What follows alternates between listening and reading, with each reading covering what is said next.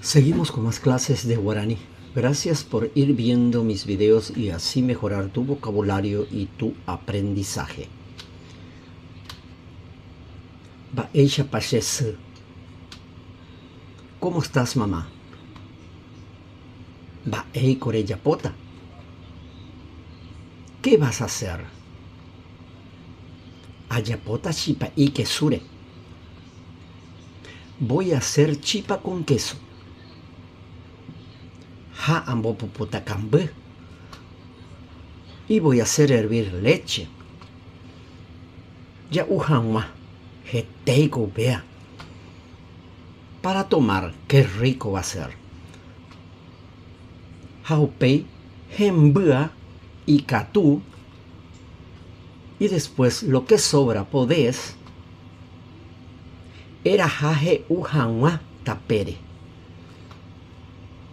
Llevar para comer por el camino.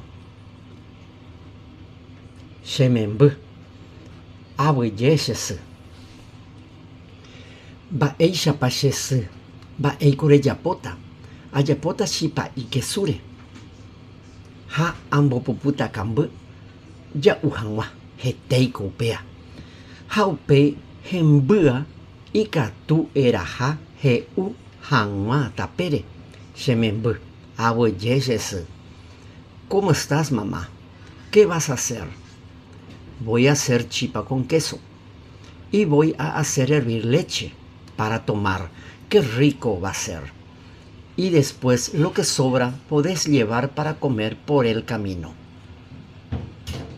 Mi hijo, gracias, mamá.